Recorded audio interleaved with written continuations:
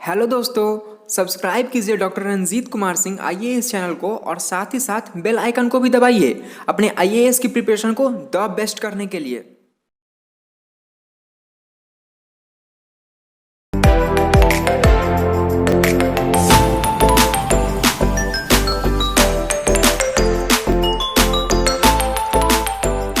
सभ्यता में कुछ सेक्शन हम लोगों ने देख लिया था और इसमें यह है कि आज से लगभग 4500 साल पहले, अबाउट 4500 ईयर्स एगो, लगभग 4500 साल पहले एक पूर्ण विकसित शहरी सभ्यता के साक्ष्य प्राप्त होते हैं। A complete urban civilization, a complete urban matured civilization was found. एक पूर्ण विकसित शहरी सभ्यता प्राप्त होती है।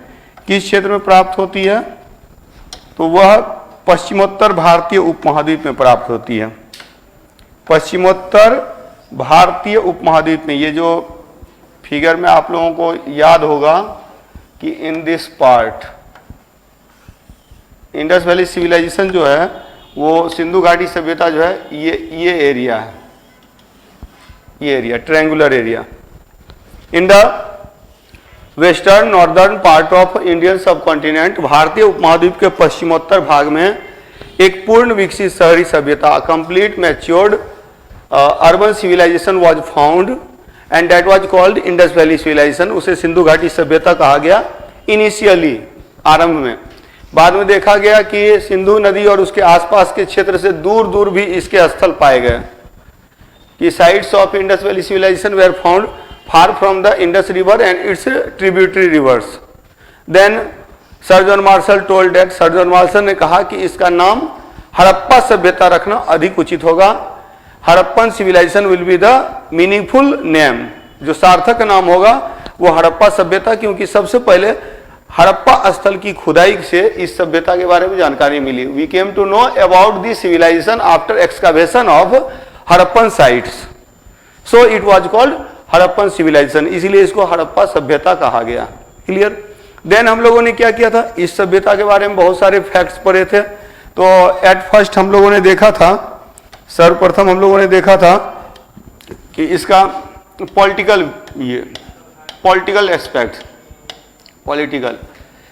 एस्पेक्ट्स में, राजनीतिक स्थिति में देखा था कि इस सभ्यता के जो निर्माता थे, इस सभ्यता में जो शासक वर्ग है वो एग्जैक्ट कोई जानकारी, हमें लिखित जानकारी है नहीं। We have nothing written evidence, completely written evidence we have nothing, हमारे पास कुछ भी नहीं है।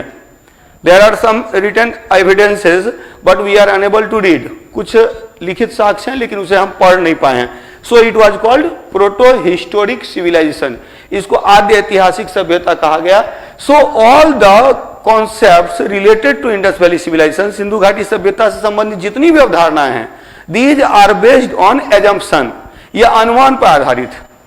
तो अनुमान लगाया जाता है, चूंकि इसमें व्यापारियों के साक्ष्य अधिक मिले हैं, मोहरें मिली हैं, फिर जो मोहरें भारत की भी मोहरें मिली हैं, बाहर के विदेशी मोहरें भी मिली हैं, साथ ही साथ बंदरगाह स्थल पाए गए, डॉकयार्ड पाए गए हैं। तो on the basis of those evidences we come to know that most of the scholars accept that, ज्यादातर विद्वान मानते हैं कि it was the rule of traders and crafters, शिल्पियों और व्यापारियों का शासन था। तो पॉलिटिकल में यही किया था। हालांकि पिगट महोदय बोलते हैं कि पुरोहितों का शासन था। तो rule of the monk, rule of the priest accepted by Piggott के द्वारा स्वीकार किया गया।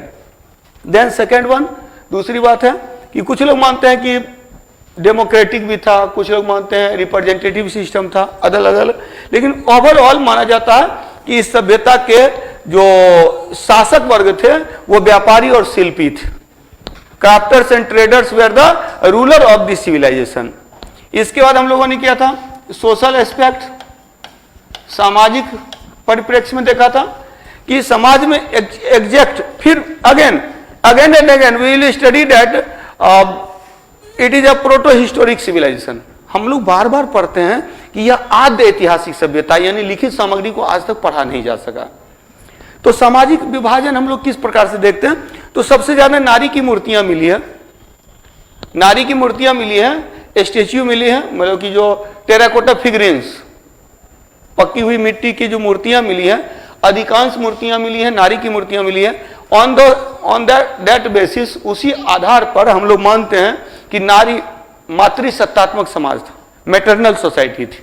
ठीक है, मैटरनल सोसाइटी, समाज में 4 वर्ग थे, एक शासक था, फिर व्यापारी है, व्यापारी के बाद किसान और मजदूर हैं, और साथ ही साथ पढ़े लिखे वर्ग, विद्वान वर्ग हैं।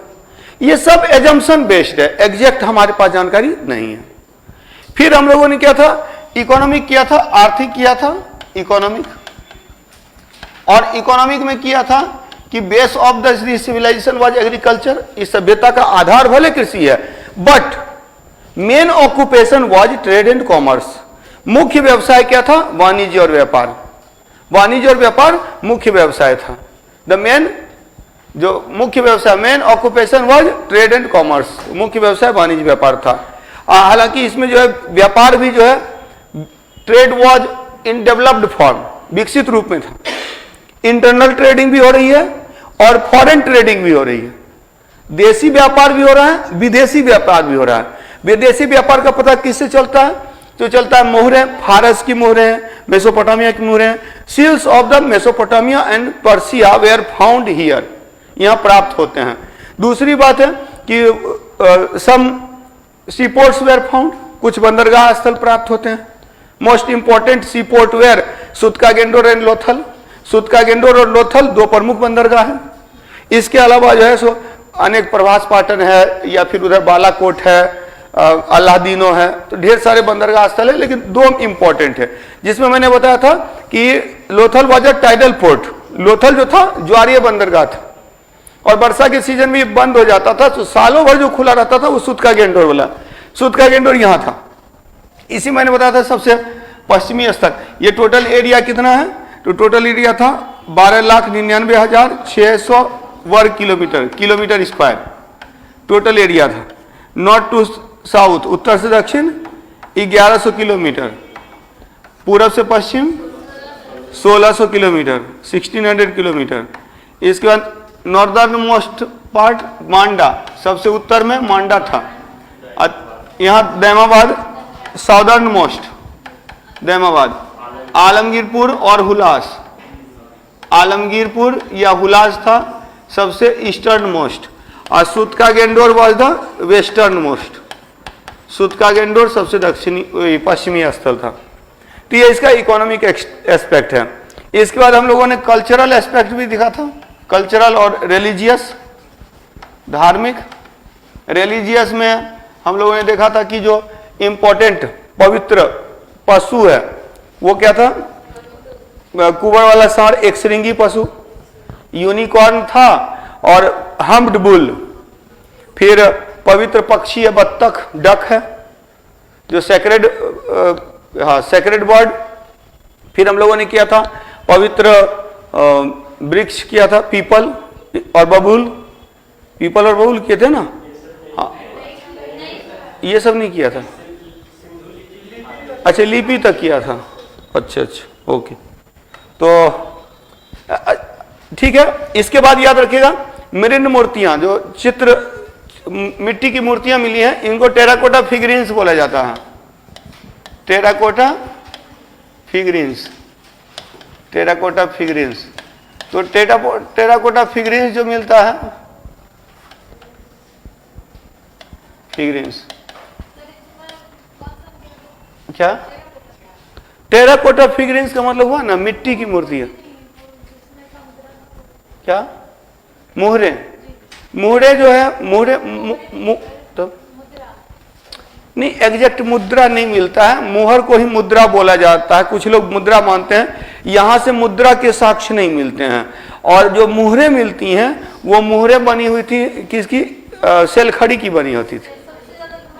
सबसे ज्यादा मुहरें मिलती है मोहनजोदड़ो से, और सबसे ज्यादा लिखित जो होता है ना स्क्रिप्टेड, इंस्क्रिप्शन बेस्ड, ये हड़प्पा लिखा दिया था, लिखवा दिया है।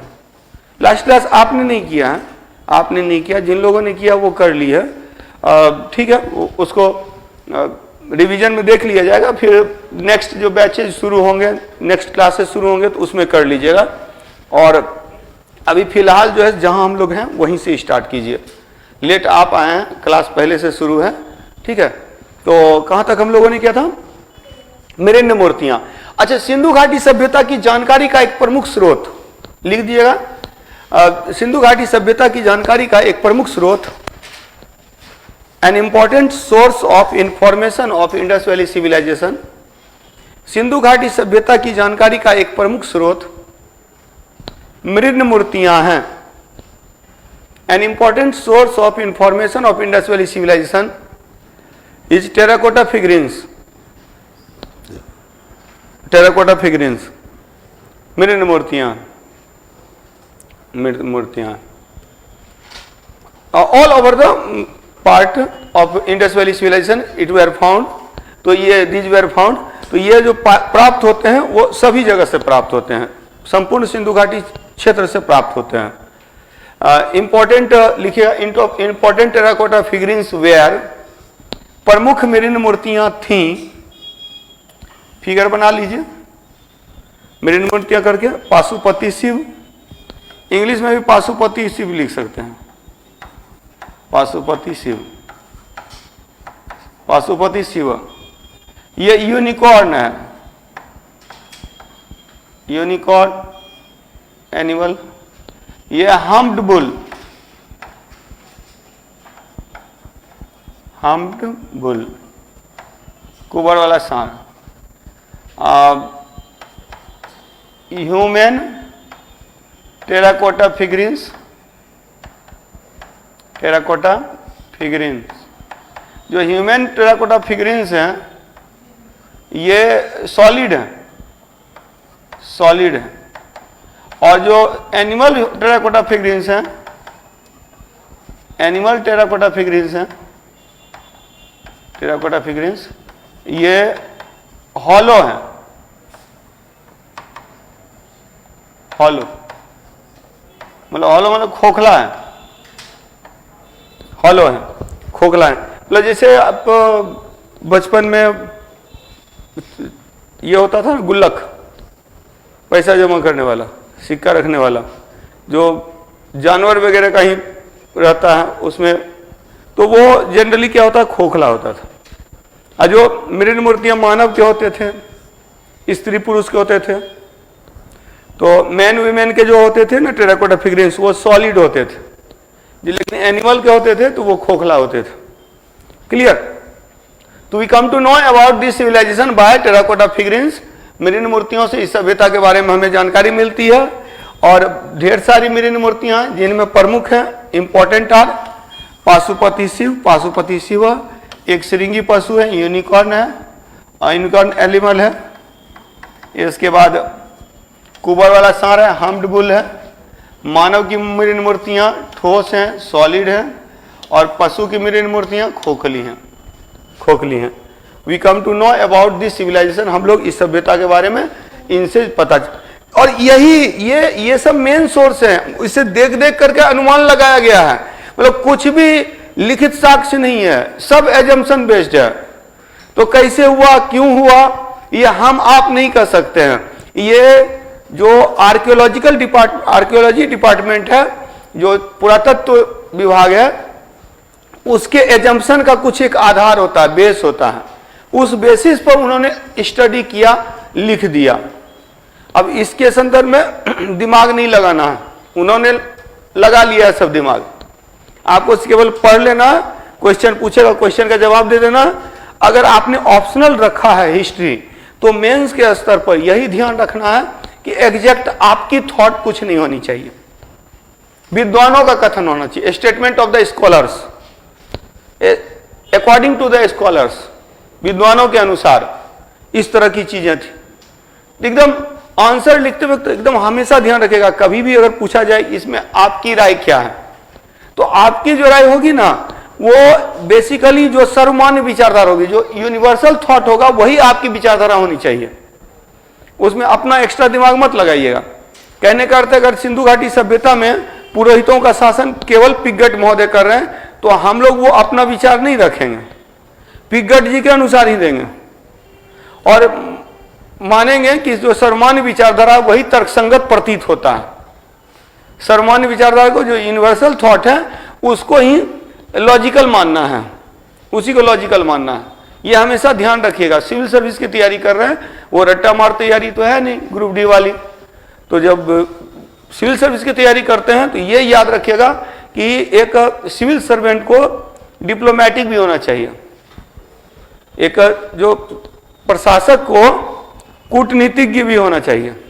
कूटनीतिज्ञ का मतलब ये कुछ लोग निगेटिव सेंस में लेते हैं, लेकिन निगेटिव नहीं है, पॉजिटिव ये है कि कहने का अर्थ है कि बोला जाता है कि एक बड़ा अच्छा प्रेमचंद की ये का साहित्य का एक चरित्र है जिसमें एक स्टेटमेंट है कि जब किसी के पैर के तले अपनी गर्दन दबी हुई हो तो उस पैर को सहलाने में ही फायदा है। स्वाभाविक सी बात है। तो उस कंडीशन में आपका ईगो या आपका इमोशन वो आपके काम नहीं आएगा, तो वहाँ ज़्यादा बेहतरीन है कि आप डिप्लोमेटिक रूप से काम कर सकें। अब जैसे मान ले रहे हैं कहीं पर दंगा फसाद है तो आप अपने से डिसीजन लीजिएगा तो वहाँ पर कहीं ना कहीं आप पक्षपातपूर्ण हो जाएगा। अगर दो अलग अलग रिलीजन के लोग हैं तो आपकी जो आपका जो झुकाव है किसी न किसी एक के प्रति जाएगा, और एक के प्रति जाएगा तो स्वाभाविक सी बात है दूसरे के पॉइंट ऑफ व्यू से आप गलत हो जाइएगा। तो इस पॉइंट ऑफ व्यू से आपको बीच का रास्ता निकालना होगा। तो वही है, इसीलिए बहुत सारे थॉट्स हैं इंडस वैली सिविलाइजेशन के संदर्भ में, ये आप लोगों ने लिख लिया ना। तो इतने मृण मूर्तियां प्राप्त होती हैं। नेक्स्ट आगे चलते हैं, इसका धर्म देखते हैं। तो लिखिएगा, हेडिंग दीजिएगा religion of Indus valley civilization, Sindhu घाटी सभ्यता में धर्म। Religion in Indus valley civilization, Sindhu घाटी सभ्यता में धर्म। तो जस्ट लाइक ऋग्वैदिक पीरियड, जैसा कि हम लोग आगे भी पढ़ेंगे कि ये दे वर इनिशियल पीपुल, ये लोग आरंभिक मानव हैं। तो इनिशियली क्या होता है पता है? इनिशियली जो बोला जाता है ना, भक्ति की उत्पत्ति किससे होती है? मतलब डिवोशन जो होता है, डिवोशन दो ही चीज से होता है, ये याद रखिए। एक तो आवश्यकता से, दूसरा डर से। भय और आवश्यकता ही भक्ति को जन्म देता है। समझ रहे हैं?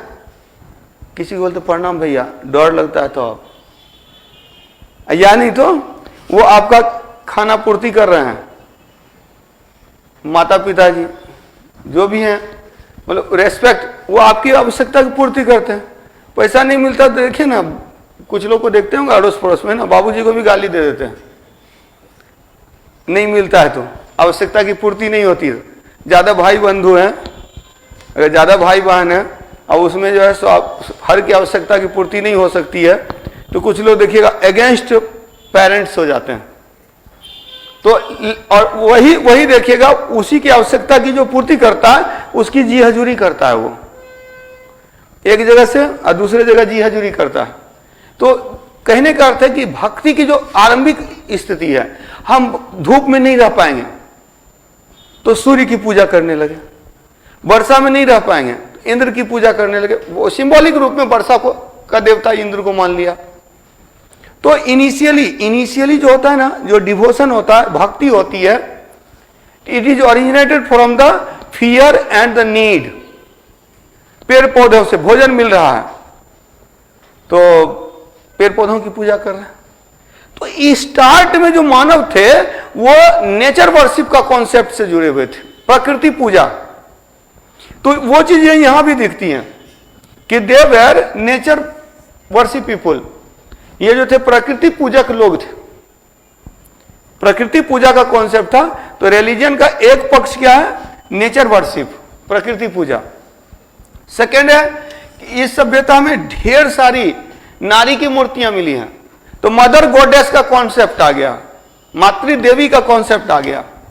और एक जगह से मैंने बताया था, कहां से? मोहनजोदारो से एक मोहर मिली है ना, ये मोहर दिखाया भी था, जिसके कि बाएं और जो है हाथी और गेंडा है, नहीं हाथी और बाघ है, और दाएं साइड जो है वो बाघ और, हाँ दाएं साइड बाघ और, अच्छा दाएं साइड बाघ और हाथी है, और बाएं साइड गेंडा और भैंसा है। क्लियर? इस साइड में जो है हाथी और बाघ है दाएं साइड में, अब बाएं साइड में क्या है? गेंडा और भैंसा है।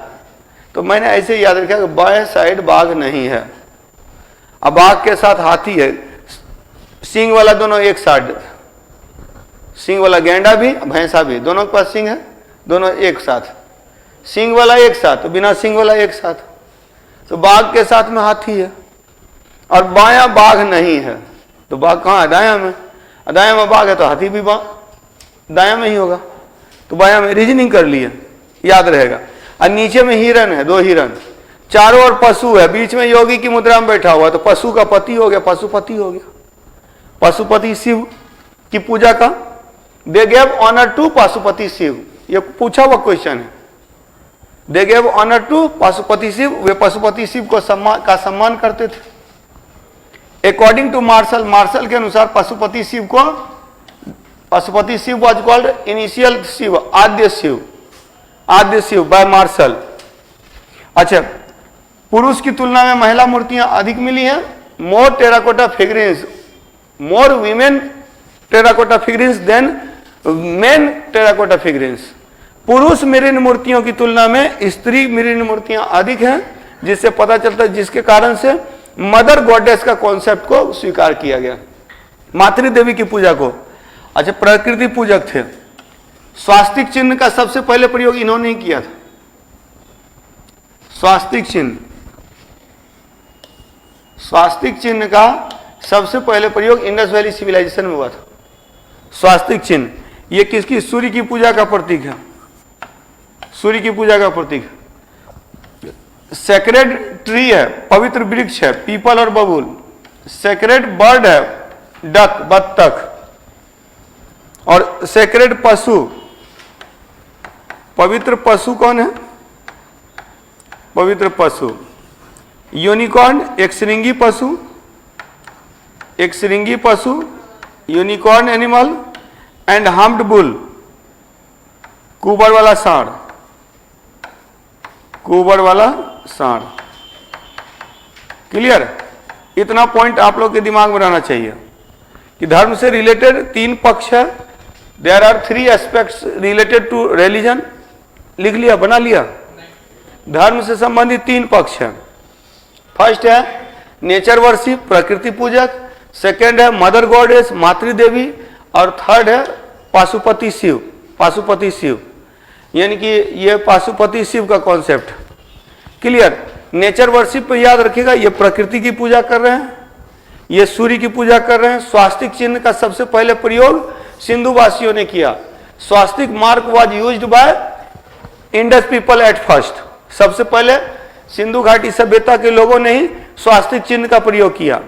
एकदम एक ही चीज को दिमाग में डाल लेना, मेटेरियल में तो है ही, है ना? इंडस वैली पूरा एंशिएंट मिल गया है, पूरा एंशिएंट मिला है, नहीं मिला? अच्छा आप टारगेट वाले में, इसलिए टारगेट वाले को मिला, फाउंडेशन वाले को नहीं मिला है। पक्षी, सेक्रेड बर्ड मतलब पवित्र पक्षी, बत्तख, डक। बत्तख जो है पवित्र पक्षी है। पवित्र पशु में एक श्रृंगी पशु, कुबर वाला सांड।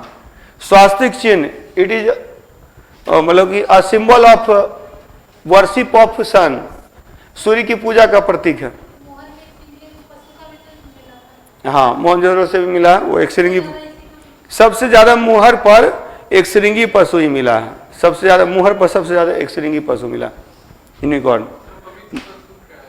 पवित्र पशु मतलब सेक्रेड एनिमल, एक श्रृंगी यूनिकॉर्न और कुबर वाला सांड, हम्प्ड बुल, हम्प्ड बुल, कुबर वाला सांड,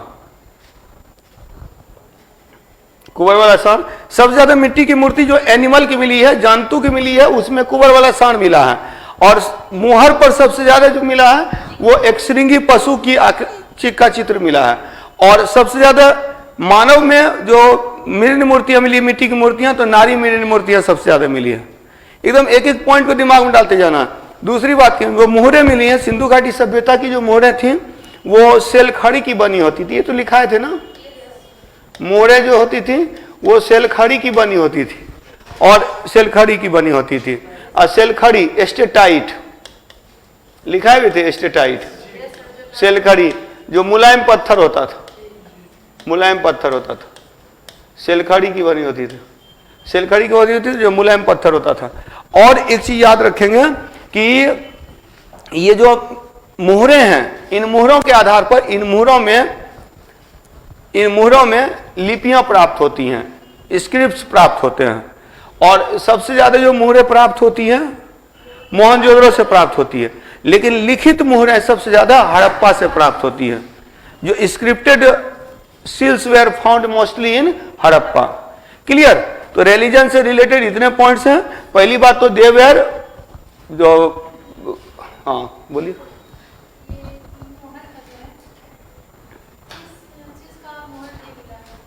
किस चीज का मुहर नहीं मिला?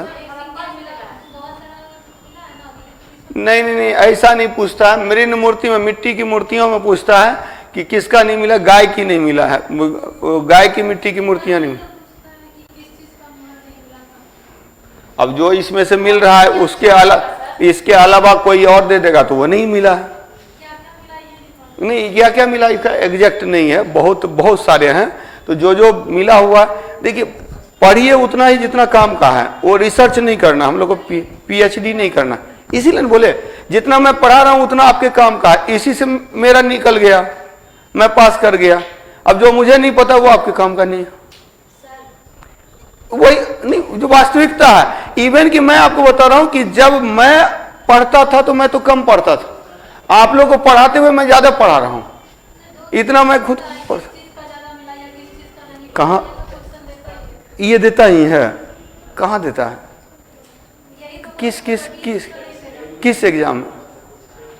पहले क्वेश्चन बैंक देखिए। जब मैं पढ़ा दूंगा, ये आपकी पहली क्लास है इंडस वैली सिविलाइजेशन, सिंधु घाटी सभ्यता पहली क्लास है ना आपकी। तो पहली क्लास में आप कैसे डिसाइड कर लीजिएगा कि क्या हुआ क्या नहीं हुआ? आप पूरा क्लास करते, उसके बाद क्वेश्चन बनाते, क्वेश्चन नहीं बनता फिर हमसे बात करते। क्वेश्चन बनेगा तो फिर क्यों ये करेंगे? ठीक है, पहले खत्म करने दीजिए, खत्म कर, हाँ जो पढ़ा रहे हैं उसमें कहीं दिक्कत हो रही है, इसमें दिक्कत नहीं हो रही तो अभी आगे बढ़ना है। हाँ हाँ, लिपि युक्त मोहरें, स्क्रिप्टेड, हाँ लिखित, मतलब जिस पर कुछ लिखा हुआ है वो मोहरें सबसे ज्यादा हड़प्पा से मिलती हैं। लेकिन सबसे ज्यादा मोहरें जो मिलती है मोहनजोदड़ो से मिलती हैं, मोहनजोदड़ो से मिलती हैं। क्लियर? इसमें कहीं दिक्कत नहीं ना। तो धर्म के संदर्भ में, रिलीजन के संदर्भ में क्या कॉन्सेप्ट है कि रिलीजन में they were the people who worshipped nature, जिन्होंने प्रकृति की पूजा की, प्रकृति पूजा की, क्योंकि ज्यादातर जो एविडेंसेस मिलते हैं वो प्रकृति पूजा के हैं। जैसे एक मुहर है जिसमें कि एक नारी के गर्भ से एक पौधा निकलता हुआ दिखाई देता है। तो इससे पता चलता है कि वो पृथ्वी देवी की पूजा करते होंगे। क्या पृथ्वी से ही पौधे की उत्पत्ति होती है? एक मुहर है जिस पर कि पशुपति शिव है। एक मुहर जिसमें दाढ़ी वाला व्यक्ति का, वो आप लोगों को दिखा चुका हूं। जो मोहरे हैं तो वो साधु का जो चित्र मिला है एक मुहर पर, तो इस तरह से एक साधु का चित्र ये भी मिला है, सर भी मिला है, कपाल भी मिला है। तो ये जो है तो प्रकृति पूजक थे। स्वास्तिक चिन्ह किसका प्रतीक है? सूर्य की पूजा का प्रतीक। At first this swastika was used by in people of Indus valley civilization. Sindhu घाटी सभ्यता के लोगों के द्वारा ही सबसे पहले स्वास्तिक चिन्ह का प्रयोग किया गया। अच्छा, स्वास्तिक चिन्ह ये इस तरह से होता है, राइट घूमता है। हालांकि हिटलर ने उल्टा स्वास्तिक का यूज किया था। हिटलर, हाँ उल्टा, मतलब हाँ थोड़ा तिरछा भी था, उस तिरछा इस तरह से था, इस तरह से। ये उसका सिंबल था। ये तानाशाह का, मतलब जितने भी नाजीवादी थे वो अपने वहां पर जो है सो लगा के रखते थे स्वास्तिक को, उल्टा स्वास्तिक, रेड स्वास्तिक।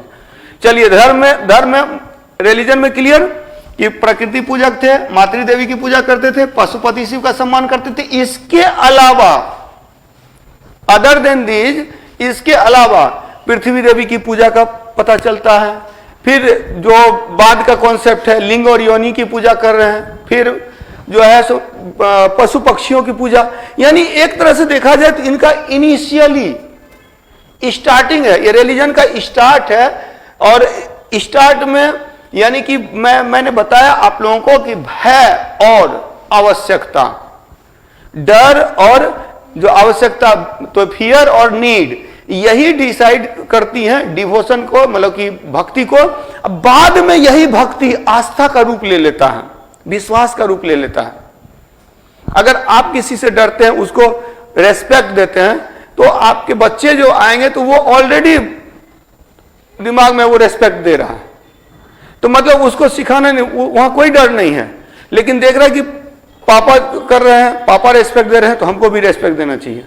तो बाद में यही आस्था विश्वास में बदल जाता है।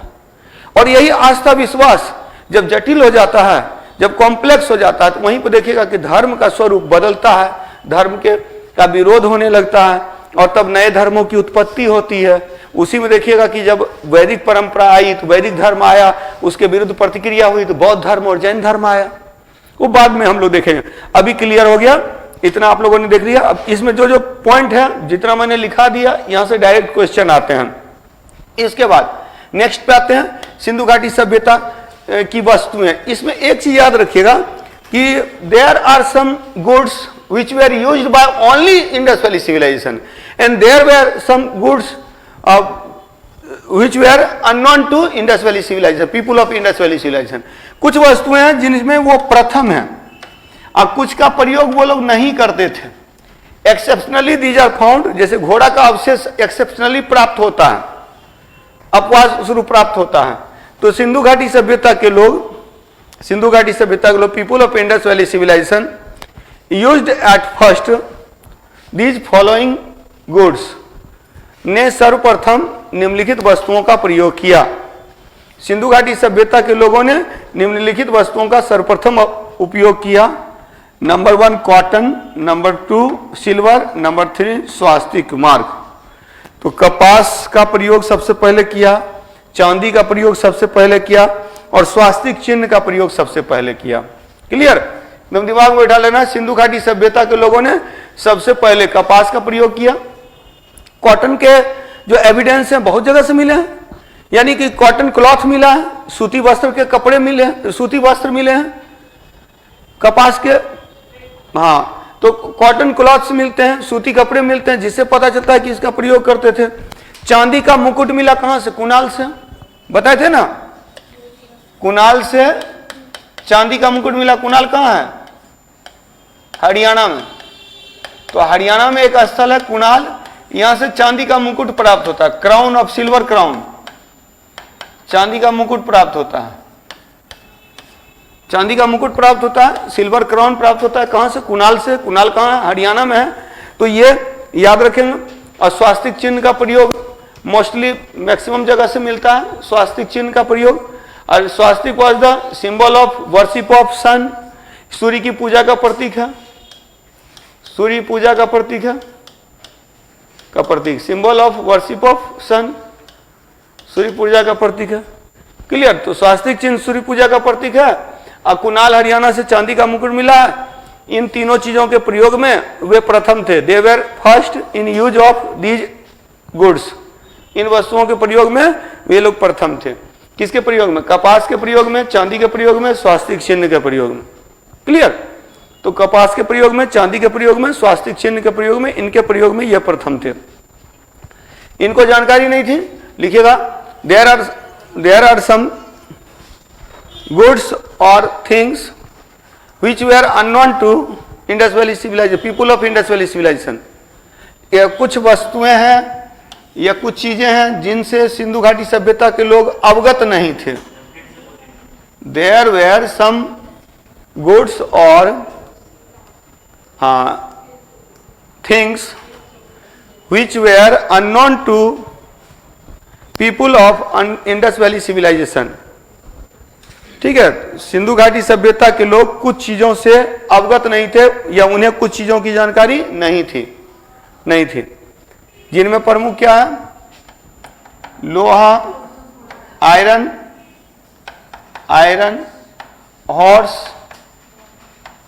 Horse and third one ragi, ragi. रागी एक फसल है, मोटा अनाज है, जो दक्षिण भारत में प्राप्त होता है, जो महापाषाण काल से संबंधित है, मेगालिथ पीरियड से रिलेटेड है। आयरन, हाँ एक्सेप्शनली घोड़ा, लेकिन घोड़ा का कुछ अपवाद है। हाँ, there are some places from where we have some evidences of horse. हमारे पास कुछ घोड़े के साक्ष्य प्राप्त होते हैं, जैसे घोड़े के दांत मिले हैं राणा घुंडई में, बताया था ना, Rana Ghundai a place in Sindh, Sindh region, Sindh में एक जगह है राणा घुंडई। राणा घुंडई, राणा घुंडई से घोड़े के दांत मिले हैं, घोड़े के दांत मिले हैं। राणा घुंडई से घोड़े के दांत मिले हैं, राणा घुंडई से घोड़े के दांत मिले हैं। घोड़े की अस्थियां मिली हैं सुरकोटरा से, सुरकोटरा से, सुरकोटरा, घोड़े की अस्थियां।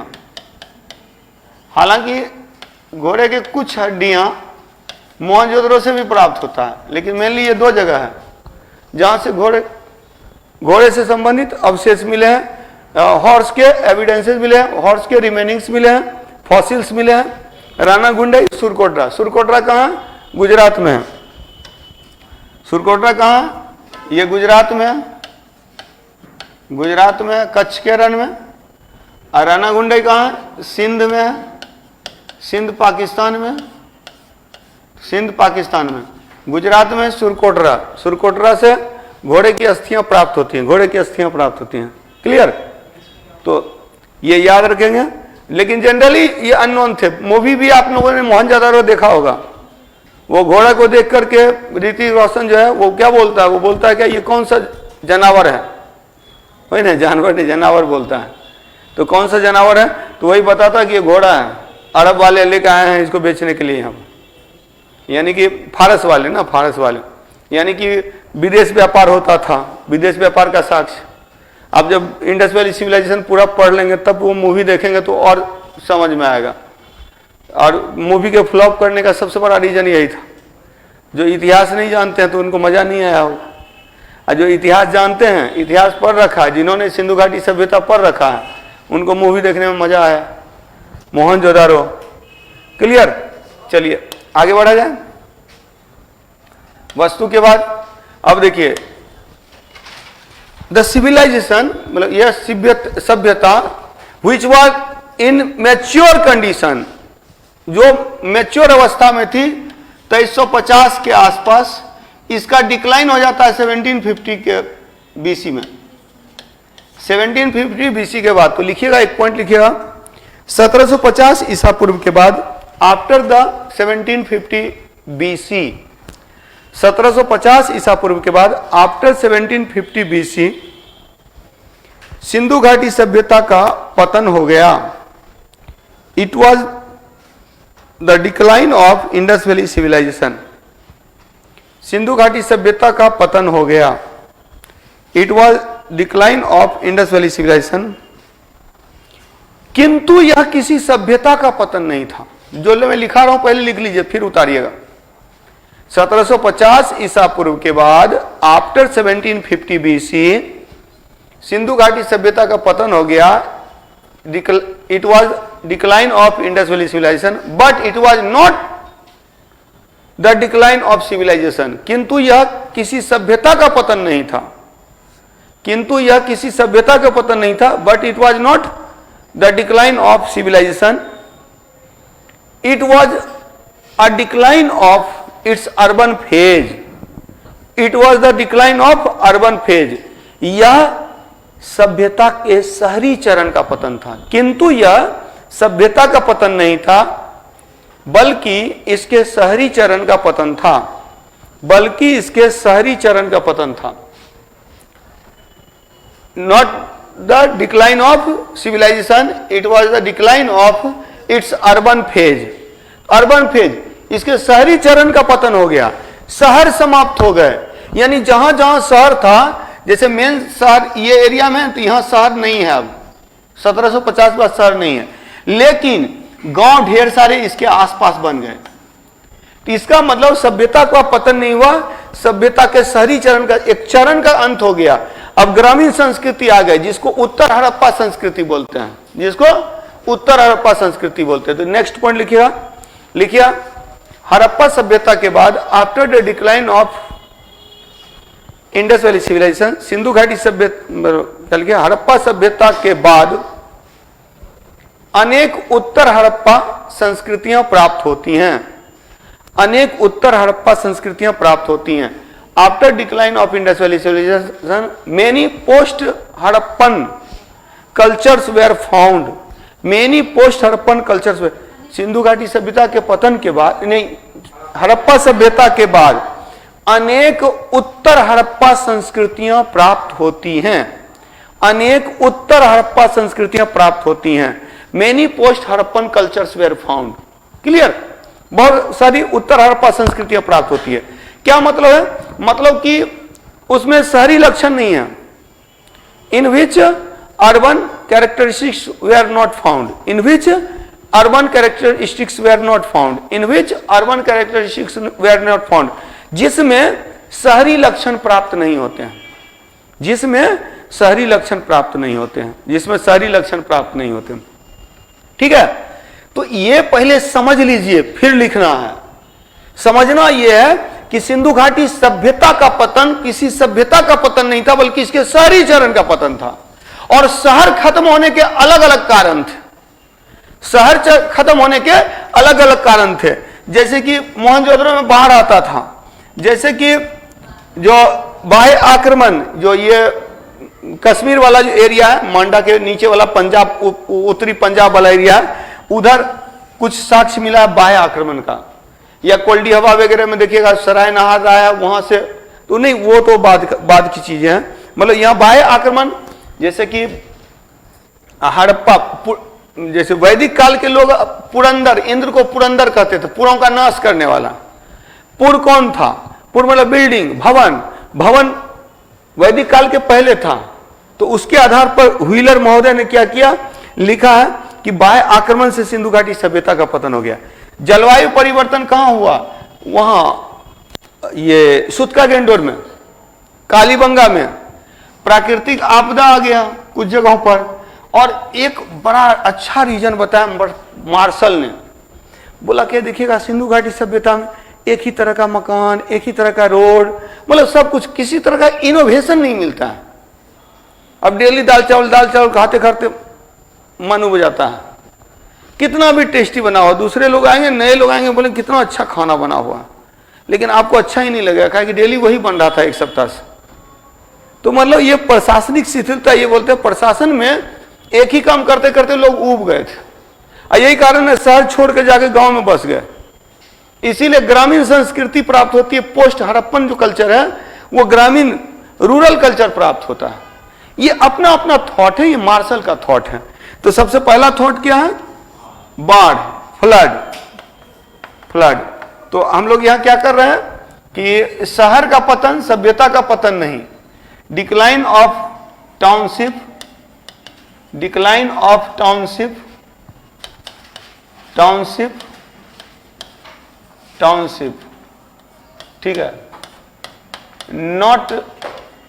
Not decline, no decline of civilization. पहली बात तो यही कि सभ्यता का पतन नहीं है, बल्कि शहर का पतन है। Reason for decline, reason of decline,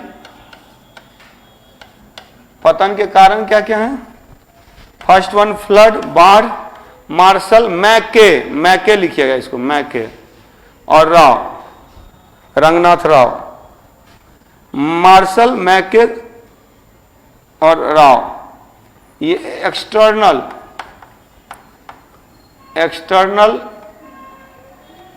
इन्वेशन, मतलब इन्वेशन कर सकते हैं, इन्वेशन, बाह्य आक्रमण, बाहरी आक्रमण, या इन्वेशन को अटैक भी लिख सकते हैं सामान्य भाषा में। यहां हो गया क्लाइमेट चेंज,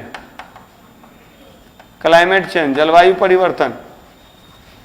ये हो गया नेचुरल डिजास्टर, नेचुरल डिजास्टर, और ये हो गया एडमिनिस्ट्रेटिव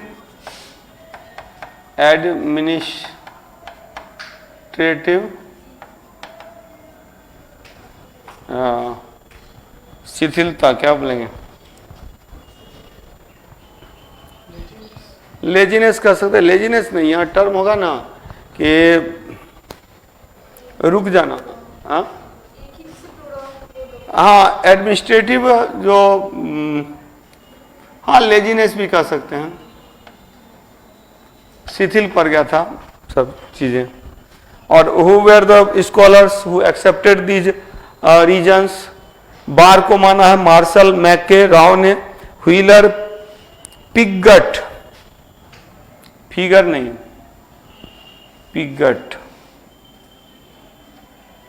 और चाइल्ड, फिगर भी है, ठीक है क्लियर। हाँ और उसके बाद जलवायु परिवर्तन है ऑरेल स्टाइन, अमलानंद घोष। देखिए ऑरेल स्टाइन कहाँ के लिए, सुत्का गेंडोर के लिए, अमलानंद घोष कहाँ के लिए, तो कालीबंगा के लिए। क्लियर। प्राकृतिक आपदा है नेचुरल डिजास्टर, KUR कैनेडी। और एक कारण बताया गया प्रशासनिक शिथिलता किसके द्वारा, मार्शल के द्वारा, एडमिनिस्ट्रेटिव लेजीनेस। तो दीज वेर द रीजन, लिख लिया। तो सिंधु घाटी सभ्यता का पतन किसी सभ्यता का पतन नहीं था, बल्कि इसके शहरीकरण का पतन था। इसका मतलब क्या है, मतलब यह है कि सभ्यता के बाद भी कुछ संस्कृतियां प्राप्त होती हैं, और ये संस्कृतियां उत्तर हड़प्पा संस्कृति हैं, जिनको क्या बोलते हैं, या उप सिंधु संस्कृतियां भी बोला जाता है। सब हड़प्पन कल्चर बोला जाता है, पोस्ट हड़प्पन कल्चर।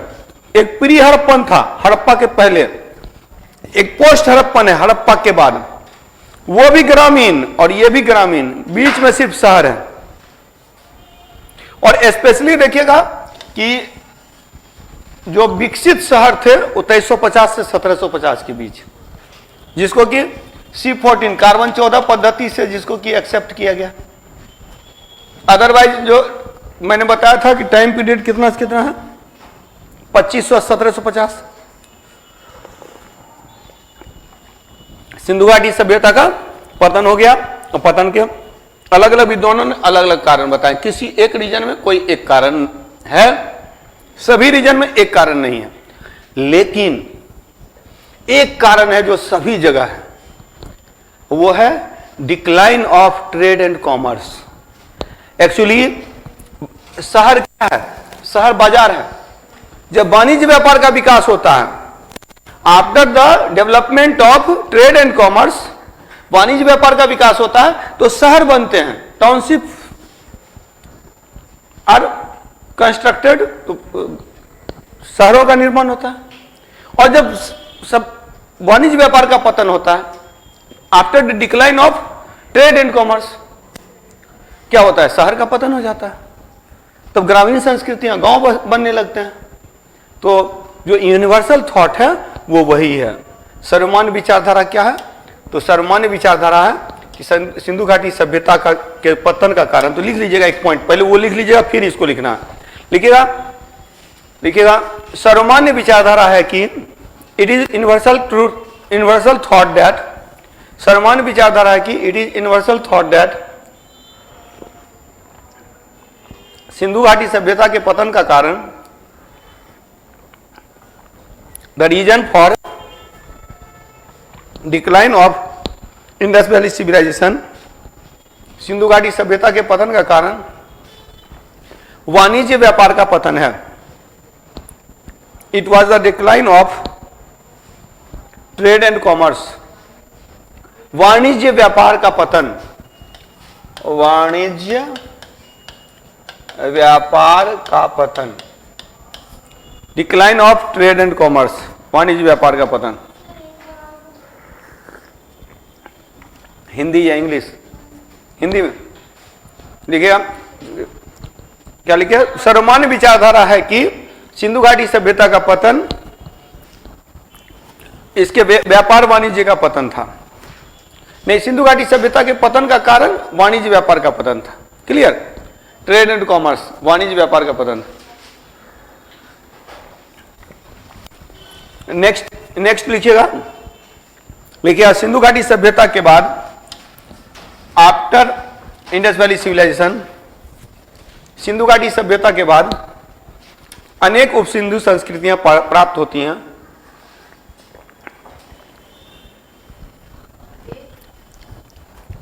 अनेक उप सिंधु संस्कृतियां प्राप्त होती हैं। many post Indus civilization were many post Indus cultures were found। अनेक उप सिंधु संस्कृतियां प्राप्त होती हैं, जिनमें से कुछ प्रमुख हैं। इन विच सम इंपॉर्टेंट आर, जिनमें से कुछ प्रमुख हैं। ठीक है, जिनमें से कुछ प्रमुख हैं। नंबर 1 लिखिएगा, कब्रिस्तान एच संस्कृति। देखिए यहां बना लीजिए फिगर। कब्रिस्तान एच संस्कृति, झूकर झांगर संस्कृति, ताम्र निधान संस्कृति, बाड़ा संस्कृति, ये सब इंडस और post Harappan culture, post Harappan culture. इसमें first one graveyard H culture, graveyard H culture, graveyard H culture, graveyard H कब्रिस्तान एच संस्कृति फ्रॉम हड़प्पा। दूसरा है Jhukar Jhangar culture, Jhukar Jhangar culture from Chanhudaro. Chanhudaro से एक संस्कृति मिलती है हड़प्पा संस्कृति के बाद, जिसको झूकर झांगर। यह copper hoarding culture, copper hoarding culture. ताम्र निधान संस्कृति from Ganga valley and Bara culture, Bara culture from Punjab, Punjab India. It was Harappa Punjab Pakistan, Indian region में बाड़ा कल्चर। तो these were the post Harappan culture. ये हड़प्पा उप सिंधु संस्कृतियां, उत्तर हड़प्पा संस्कृति हैं, उत्तर हड़प्पा संस्कृति। क्लियर? आगे बढ़ा जाए। उप सिंधु संस्कृति, कब्रिस्तान एच संस्कृति कहां से प्राप्त होती है? हड़प्पा से प्राप्त होती है। कब्रिस्तान एच संस्कृति हड़प्पा से प्राप्त होती है। झूकर झांगर संस्कृति चानूधरो से प्राप्त होती है। ताम्र निधान संस्कृति गंगा घाटी से प्राप्त होती है। बाड़ा संस्कृति पंजाब से प्राप्त होते हैं। क्लियर? अब फाउंडेशन कर रहे हैं, फाउंडेशन वैसे इसीलिए बहुत स्लो मैं बता रहा हूं एक एक चीज को, नहीं तो एक ही दिन में सिंधु घाटी सभ्यता खत्म हो गया था टारगेट बैच में। यहां लग रहा है तीसरी या चौथी क्लास है ना? चौथी क्लास, 4 क्लासेस। अब इसी में देखिए, और इसके अलावा मैं अच्छा आप लोगों ने बुक भी पूछा था, तो RS शर्मा, राम शरण शर्मा की किताब जो है एंशिएंट इंडिया के लिए, ये ओल्ड NCERT है, पुरानी NCERT है। RS शर्मा की, राम शरण शर्मा की बेस्ट बुक है, बहुत अच्छी किताब।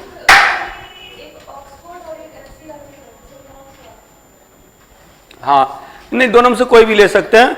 अब NCERT लीजिएगा सस्ता पड़ेगा, पुरानी NCERT जो है, काहे कि वो उसका ओरिजिनल प्रिंट नहीं मिलता है, वो जो है सो मतलब कि पायरेटेड बुक है। पायरेटेड समझते हैं? जब किसी बुक की छपाई दोबारा नकली छपाई होती है, मतलब NCERT नहीं करती है, कोई और करके डाल दिए मार्केट में, तो वो है। लेकिन मुझे लगता है कि देखिए ऑक्सफोर्ड और इनकी जो RS शर्मा की जो ओरिजिनल बुक, मतलब अपनी जो इनकी किताब है, जिसको कि वो उन्होंने संशोधित करके निकाला है, तो वो ऑक्सफोर्ड वाली है। तो कोई भी बुक लीजिए, कोई दिक्कत नहीं है, सेम चीज़ है। कुछ चीज़ें उसमें एक्स्ट्रा दी गई हैं, लेकिन वही चार्जेज जो होते हैं वो डबल ट्रिपल फोर्थ ज़्यादा हो जाते हैं। तो मैं ओल्ड NCERT ही प्रीफर करता हूँ, जिसमें आपको सुविधा हो, जो अवेलेबल हो जाए आपको। नहीं, पुरानी वाली एनसीईआरटी मिलती है, ये सब जगह मिलती है। जहाँ भी जाइएगा ना, सिविल सर्विस की तैयारी करने वाले जो भी हैं, इधर बीपीएससी ऑफिस के पास में जो है वो छोटू बुक है, उनके पास मिलता है। फिर आप ये रमना रोड में अरुण जी हैं स्टूडेंट बुक वाले, तो उनके पास मिलता है। हाँ, रमना रोड में वो, हाँ, तो रमना रोड में अगर उनके पास किताब नहीं होगी तो उधर नहीं मिलेगा। इधर बीपीएससी ऑफिस में वहाँ नहीं मिलेगा तो आपको कहीं नहीं मिलेगा। मतलब नहीं तो उनके पास जाइए ना। हाँ, रमना रोड में जहाँ लास्ट होता है ना पटना यूनिवर्सिटी के सामने में, वहीं पर स्टूडेंट बुक है, तो वहाँ पर जो है सो और सबसे बड़ी बात है आजकल तो ऑनलाइन अमेजन पर मिलता है, तो सब जगह मिल रहा है। देखिए, पता नहीं क्यों एक्सक्यूज जो देते हैं ना, तो मुझे थोड़ा सा गुस्सा आता है वैसे लोगों पर। एक्सक्यूज मत दीजिए, एक्सक्यूज दीजिएगा। देखिए, हर चीज का निगेटिव और पॉजिटिव दोनों है। जहां चाह वहां राह। अगर आपने सोच लिया है ना, तो एक बार जान लीजिए वो मिल ही जाएगा। लेकिन कहीं ना कहीं अब ये ढूंढिएगा, क्योंकि मुझे नहीं लग रहा है कि किसी स्टूडेंट को दिक्कत होती है। अब दिक्कत हो रही है यानी कि आप आपस में कंसल्ट कीजिए, आपस में बात कीजिए, मिल जाएगा। चलिए, क्लास के स्तर पर ये उप सिंधु संस्कृतियां, सिंधु घाटी सभ्यता के पतन के बाद क्या हुआ कि अनेक ग्रामीण संस्कृति, ये सब ग्रामीण संस्कृति है इनका, और यही सब जो प्राप्त होते हैं, इसके बाद क्या होता है कि भारत में एक नई संस्कृति की जानकारी मिलती है, एक नई संस्कृति का जन्म होता है, और वो है वैदिक संस्कृति, वैदिक काल। क्लियर? तो नेक्स्ट जो सेशन हम लोग करेंगे वो क्या करेंगे, वैदिक पीरियड, वैदिक काल। तो वैदिक काल हम लोगों को स्टार्ट करना है। लेकिन वैदिक काल पे जाने से पहले एक पूरी तरह से अपने दिमाग में बैठा लीजिए कि एक सभ्यता थी, कौन सी, सिंधु घाटी सभ्यता। सिंधु घाटी सभ्यता का विकास कैसे हुआ ये समझेंगे। थोड़ा सा हम लोग इस पे एक थोड़ी सी स्टडी कर लेते हैं कि मैंने अभी बताया था आप लोगों को कि ये जो इंडस वैली सिविलाइजेशन का विकास हुआ, ये कैसे हुआ। सबसे पहले मानव की उत्पत्ति होती है, ओरिजिन ऑफ ह्यूमन बीइंग। जब मानव की उत्पत्ति होती है तो मानव ने सबसे पहले पत्थर के उपकरणों का प्रयोग किया, तो वो आ गया पाषाण काल। और इसी पाषाण काल में, पत्थर के उपयोग के काल में जब खेती होने लगी तो नव पाषाण हुआ। लेकिन खेती ने लोगों को अस्थायी जीवन दिया, इससे गांव बने। फिर जब खा पी कर बचने लगा, खा पी के बचने लगा, तो गैर कृषि कार्य होने लगे, नॉन एग्रीकल्चर वर्क होने लगा। अब गैर कृषि कार्य होने लगा तो सामान बनने लगे, वस्तुओं का निर्माण होने लगा। तब वस्तु का आदान प्रदान हुआ, बार्टर सिस्टम हुआ, वस्तु विनिमय, और उसी से हाट प्रणाली का विकास हुआ, बाजार बने। और यही बाजार जब अस्थायी बाजार हो गए तो यही शहर हुए, और भारत के पहले शहर सिंधु घाटी सभ्यता के शहर थे। भारत के पहले शहर सिंधु घाटी सभ्यता के शहर थे। लेकिन इस शहर का अपना डेवलपमेंट था, अपना डिक्लाइन था। डेट मीन्स की नेक्स्ट सिविलाइजेशन, अगली जो सभ्यता जो भारत में शुरू होती है, उसका इंडस वैली सिविलाइजेशन से डायरेक्ट कोई कनेक्शन नहीं है। डेट मीन्स की वो सेपरेट अपना डेवलपमेंट है, वो इंडस वैली सिविलाइजेशन का डेवलपमेंट नहीं है। ये डिक्लाइन हो गया, और उसके बाद आर्य भारत आते हैं। आर्यों ने एक संस्कृति की नींव रखी, और उस संस्कृति की जानकारी का स्रोत वेद और उन आधारित ग्रंथ है, इसीलिए उसको वैदिक काल कहते हैं। We come to know about that civilization, यानी कि Vedic civilization. We come to know about Aryans, हम लोग आर्यों के बारे में जानते हैं, from the Vedas and its related books. तो हम लोग वेद और उनसे संबंधित ग्रंथों से आर्यों के बारे में जानते हैं। The culture which was established by Aryans, आर्यों के द्वारा जिस संस्कृति को स्थापित की गई उसके बारे में जानते हैं। इसीलिए इस संस्कृति को क्या कहा जाता है, वैदिक संस्कृति कहा जाता है। दैट वाज कॉल्ड वैदिक कल्चर। तो वैदिक कल्चर के बारे में पढ़ेंगे। क्या किया जाए, कंटिन्यू किया जाए कि नेक्स्ट क्लास में? नेक्स्ट करते हैं, और पिछला वो क्वेश्चन का डिस्कशन करवा देते हैं, वो ज्यादा जरूरी है। वो क्वेश्चन डिस्कस हो जाएगा ना, तो एक बार स्टोन एज फिर से दिमाग में आ जाएगा, और फिर इंडस वैली सिविलाइजेशन पर नेक्स्ट क्लास में प्रैक्टिस हो जाएगी। 50 क्वेश्चन की प्रैक्टिस यहां से भी हो जाएगी। क्लियर? हाँ क्या? हाँ हाँ, सबसे पहले फॉरेन इन्वेशन जो है, पहला बाहरी आक्रमण जो बोला जाता है ना, वो आर्यों का आक्रमण ही था। आर्यन केम इन इंडिया, आर्य भारत आए तो वो पहले आक्रमणकारी थे। और पहला शहर था इंडस वैली सिविलाइजेशन, सिंधु घाटी सभ्यता पहला शहर था। क्लियर? इंग्लिश में क्वेश्चंस मैं करता हूं, एक सिस्टम मैंने सीख लिया तो उसको मैं कर दूंगा। अभी इतना ही रखते हैं यहां।